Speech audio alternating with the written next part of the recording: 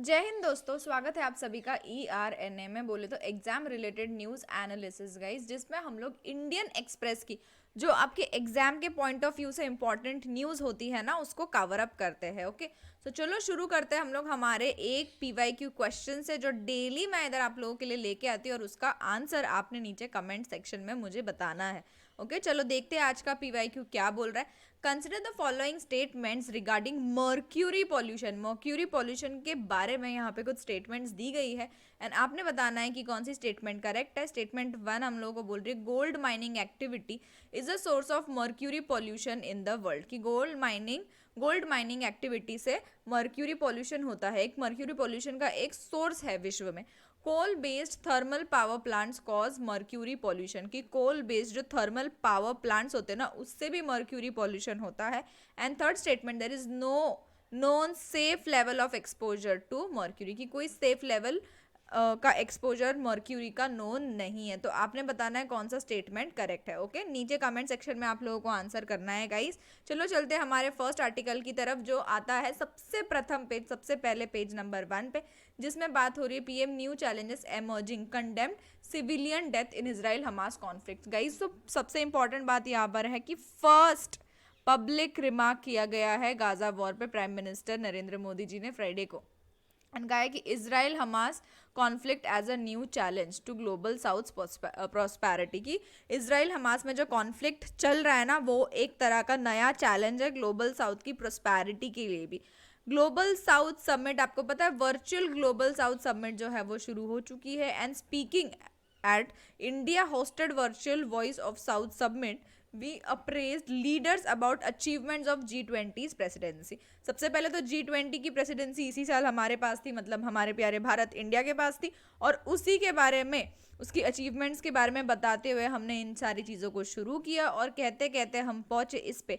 For global, कितने सारे challenges global south face कर रहा है, फॉर ग्लोबल प्रॉस्पेरिटी, सबका साथ सबका विकास, ऐसा कहा गया।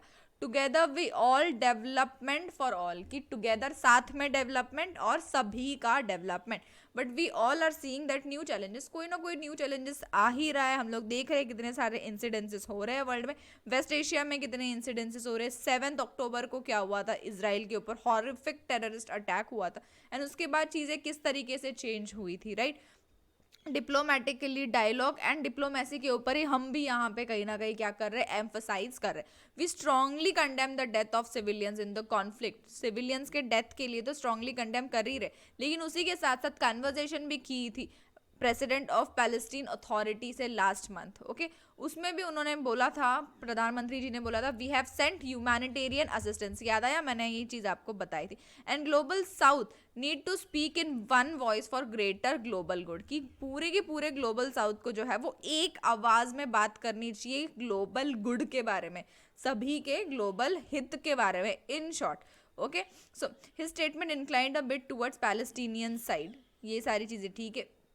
नेक्स्ट इंपॉर्टेंट बात हमारे लिए ये है ना कि पहले के डिप्लोमेटिक एंगेजमेंट के बारे में भी यहाँ पे बात की गई। उन्होंने बात की ग्लोबल लीडर से, ईरान, जॉर्डन, इजिप्ट, यूएई के, राइट। और उसी के साथ साथ guys at summit Modi call for cooperation under the framework of 5 Cs। आप लोगों के लिए क्या इंपॉर्टेंट है, ये 5 Cs इंपॉर्टेंट है, जिनको उन्होंने एक्सप्लेन किया है। Consultation, cooperation, communication, creativity and capacity building. For one earth, one family, one future, let us all move towards together with 5C। कि एक अर्थ, एक फैमिली, एक फ्यूचर के लिए हमें इन 5 Cs के ऊपर कॉन्सेंट्रेट करना चाहिए। उसी के साथ साथ Modi inaugurated the first voice of global south centre called off excellence called दक्षिण। दक्षिण का full form development and knowledge sharing initiative, which was announce during the first voice. इसके बारे में फर्स्ट वॉइस में बात हुई थी, first voice of global south, जो कि 12 एंड 13 जनवरी 2023 को हुई थी, right. So on the participation of leaders from around 130 countries, 130 countries में से लीडर्स जो है उन्होंने इस इनिशिएटिव में पार्टिसिपेट किया था। Global south is ready to take big responsibilities in global affairs and it wants autonomy. कि ग्लोबल साउथ जो है वो रेडी है इन सारी बड़ी बड़ी जिम्मेदारियों को अपने कंधों के ऊपर लेने के लिए, एंड एक ऑटोनॉमी भी चाहती है। So that is it for the article guys. कोई भी डाउट हो आप नीचे कमेंट करके मुझे पूछ सकते हो। चलते हैं नेक्स्ट आर्टिकल की तरफ, जो कि है पेज नंबर 1 एंड 2 पे ही है ये article AI for deep fake के बारे में, जिसके बारे में प्रधानमंत्री जी ने भी चीजें बताई है। उन्होंने कहा है कि educating people regarding capabilities of artificial intelligence and deep fake technology, की लोगों को एजुकेट करना चाहिए। जर्नलिस्ट से बात करते हुए उन्होंने ये भी कहा कि डीप फेक वीडियोज आजकल थोड़े ज़्यादा ही बन रहे हैं, एंड इतना ही नहीं, सोशल मीडिया के ऊपर ये बहुत ज़्यादा वायरल भी हो रहे हैं, उसके ऊपर से बहुत चीज़ें हो रही है। हमें लोगों को एजुकेट करना चाहिए इन सारी चीज़ों के बारे में।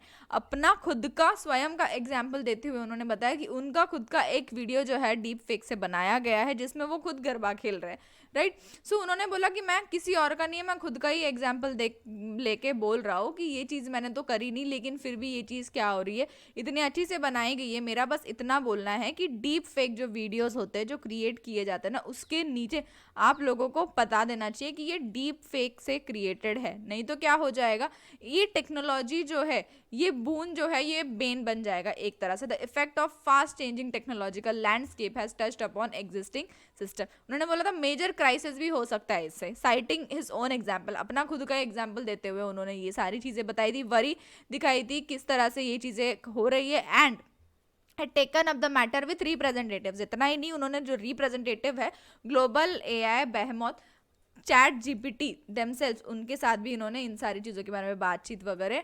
रिप्रेजेंटेटिव्स तक ये सारी चीज़ें पहुंचाई थी। He said that he suggested that deep fake videos can carry disclaimers, जैसे मूवीज के पहले डिस्क्लेमर्स होते हैं, सीरियल्स के पहले, किसी भी शो के पहले डिस्क्लेमर्स होते हैं ना, कि इसका किसी वस्तु, इंसान और डैश डैश डैश जो जो चीज़ों से कोई भी रिलेशन नहीं है, उस तरह से कोई डिस्क्लेमर आइडेंटिफाई करने के लिए उस वीडियो को बता देना चाहिए।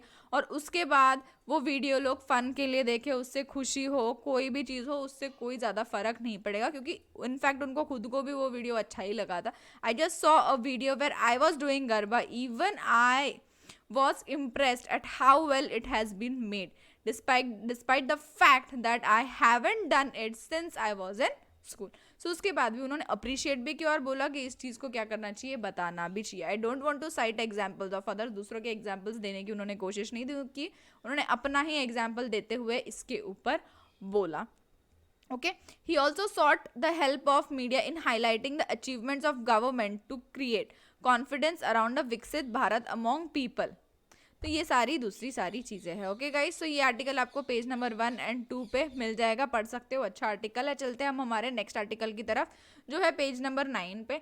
11 lakh children in India missed, क्या मिस किया उन्होंने, मीजल वैक्सीन 2022 का, ओके 2022 में। और ये मैं नहीं बोल रही हूँ, ये कौन बोल रहा है, ये रिपोर्ट है world health organisation and US centre for disease control and prevention की। This puts India among top 10 countries with highest, top 10 countries में और सबसे highest number of children who do not receive the first shot, जिनको first shot receive नहीं हुआ। India is also among 37 countries that witnessed large and disruptive outbreaks, reporting 40,967 measles cases in 2022। सोच सकते हो 40,967 cases 2022 में कितने ज्यादा होते हैं। And globally immunisation against measles drop to lowest level since 2008 during the pandemic. Pandemic के वजह से ग्लोबली 2008 के बाद पैंडेमिक की वजह से अभी ये जो ग्लोबल इम्यूनाइजेशन है ना मीजल्स का, वो नीचे आया है उसका graph, okay, leading to an 18% rise in cases and 43% increase in death. सोच सकते हो 18% तो केसेस बढ़े हैं भाई,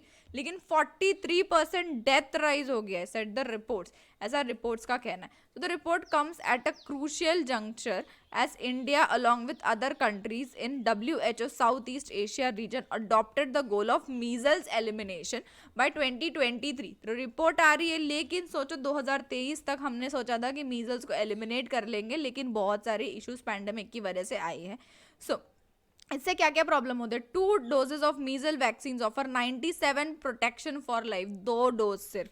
the protection is likely to be weaker with a single dose. अगर एक ही डोज मिलता है तो प्रोटेक्शन जाहिर सी बात है कि क्या हो जाएगा, कम हो जाएगा। वाइल मीजल यूजुअली कॉजेस, क्या क्या होता है मीजल होने से, हाई फीवर हो जाता है, कफ हो जाता है, रनी नोज, आपका नाक बह रहा है, रेड रैशेज हो जाते हैं, कॉम्प्लिकेशन हो जाती है जैसे कि ब्रेन में स्वेलिंग, ब्रेन में सूजन हो जाना, निमोनिया हो जाना, ब्रीदिंग प्रॉब्लम, सांस लेने में दिक्कतें आना, एंड सीवियर डायरिया में लीड टू डेथ, डेथ तक भी लीड कर सकता है। बताया ना इधर 43% जो है वो राइज हुआ है डेथ में। तो किस तरह से इंडिया अपने इस टारगेट को कंप्लीट करेगी कि 2023 तक उनको क्या करना था, एलिमिनेट करना था मीजल्स को। Globally a non measles discard rate of 2% is considered sensitive enough. India has sensitivity that is 3 to 4 folds better. With most of the country's health machinery busy dealing with COVID-19, there was a decline in coverage. कि पूरी country की जो सारी चीज़ें थी, health machinery थी, वो कोविड-19 को फाइट करने में बिजी थी, तो यहाँ पे कहीं ना कहीं डिक्लाइन देखा गया। एंड अगर हम स्टेट्स की बात करें तो reportedly from 5 major states, Bihar, Gujarat, Haryana, Jharkhand and Maharashtra, at least 13 deaths जो है वो रिपोर्ट की गई है महाराष्ट्र में 2022 में। सो गाइज ये सारा आर्टिकल आपको पेज नंबर 9 पे मिल जाएगा। बहुत बेहतरीन आर्टिकल है, एक बार आप लोग इसको जरूर गो थ्रू कर लेना। चलते हमारे नेक्स्ट आर्टिकल के ऊपर, जो कि बात कर रहा है कि इंडिया इनवाइट कर रहा है कंट्रीज को कि बायोफ्यूल अलायंस में आइए और ज्वाइन करिए हमें। पेज नंबर 17 पे ये आर्टिकल है, बहुत अच्छा आर्टिकल है, आप देख सकते हो। हमारे ऑयल मिनिस्टर हरदीप सिंह पुरी जी है ये। ओके, सो इंडिया ने फ्राइडे को कहाँ पे इनवाइट किया, अब किस चीज़ की बात हो रही है, ग्लोबल साउथ समिट की बात हो रही है। उधर बोला कि ज्वाइन करो recently launch global biofuel alliance को, saying it is willing to share, कि इंडिया जो है वो विलिंगली अपना एक्सपीरियंस डेवलपिंग और लेस डेवलप्ड नेशंस के साथ शेयर करना चाहती है। A global alliance for promoting biofuels was launched at the group of 20 leaders meeting in September. जो 20 लीडर्स की ग्रुप मीटिंग हुई थी सितंबर में, उसमें ये ग्लोबल अलायंस जो है वो लॉन्च किया गया था कि बायोफ्यूल्स को हम क्या करेंगे प्रमोट करेंगे। इतना ही नहीं, the global biofuel alliance which includes top producer जैसे Brazil and US will help build world wide market. कि जो ग्लोबल बायोफ्यूल्स बना रहा है ना, टॉप प्रोड्यूसर्स कौन कौन है ये भी आपको पता चल गया, ब्राजील है एंड यूएस है। ओके, एंड वो दोनों रेडी है कि वर्ल्ड वाइड इस चीज के मार्केट को ट्रेड करने के लिए बायोफ्यूल को, which is obtain from biomass, जो बायोमास से ऑब्टेन किया जा रहा है। Second voice south global south summit में हमारे जो ऑयल मिनिस्टर है हरदीप सिंह पुरी, उनका कहना है कि इंडिया ने अपना टारगेट जो है वो अचीव किया है। 10% इथेनॉल पेट्रोल में मिक्स करने का 2022 तक ये टारगेट था, वो अचीव कर लिया। 5 month अहेड ऑफ डेडलाइन, सोचो डेडलाइन के 5 महीने पहले ही हमने अचीव कर लिया है ना, एक अच्छी बात। And has advance the deadline for doping 20% ethanol in petrol by 5 years to 2025। तो 20% एथेनॉल 5 years 2025 तक हो जाएगा। टर्निंग बायोमास इनटू फ्यूल क्या करेगा, help the world's 3rd largest energy consumer provide an additional source of income. कि हम 3rd largest energy consumer है, मतलब हम विश्व में तीसरी ऐसी कंट्री है जो सबसे ज्यादा एनर्जी को कंज्यूम करता है। और ये जो है ना बायोफ्यूल, ये क्या करेगा, हमें एक एडिशनल सोर्स ऑफ इनकम देगा ताकि हम बायोफ्यूल को प्रोड्यूस कर सकते हैं। समझ रहे हो, कंज्यूमर से प्रोड्यूसर्स तक कितनी अच्छी बात है ये। So the global biofuel alliance is a multi stakeholder alliance of government, international organisation and industries. किस किस की है ये मल्टी स्टेक होल्डर अलायंस है, सिर्फ सरकार की नहीं है, सरकार की भी है, इंटरनेशनल ऑर्गेनाइजेशंस भी इन्वॉल्व है एंड इंडस्ट्रीज भी इन्वॉल्व है, which is intended to expedite global uptake of biofuel को ग्लोबली अप लेके जाने के लिए। I invite countries of global south, those who have already not joined the global biofuel alliance, to join us where we can contribute where we can collaborate further towards cleaner and greener future।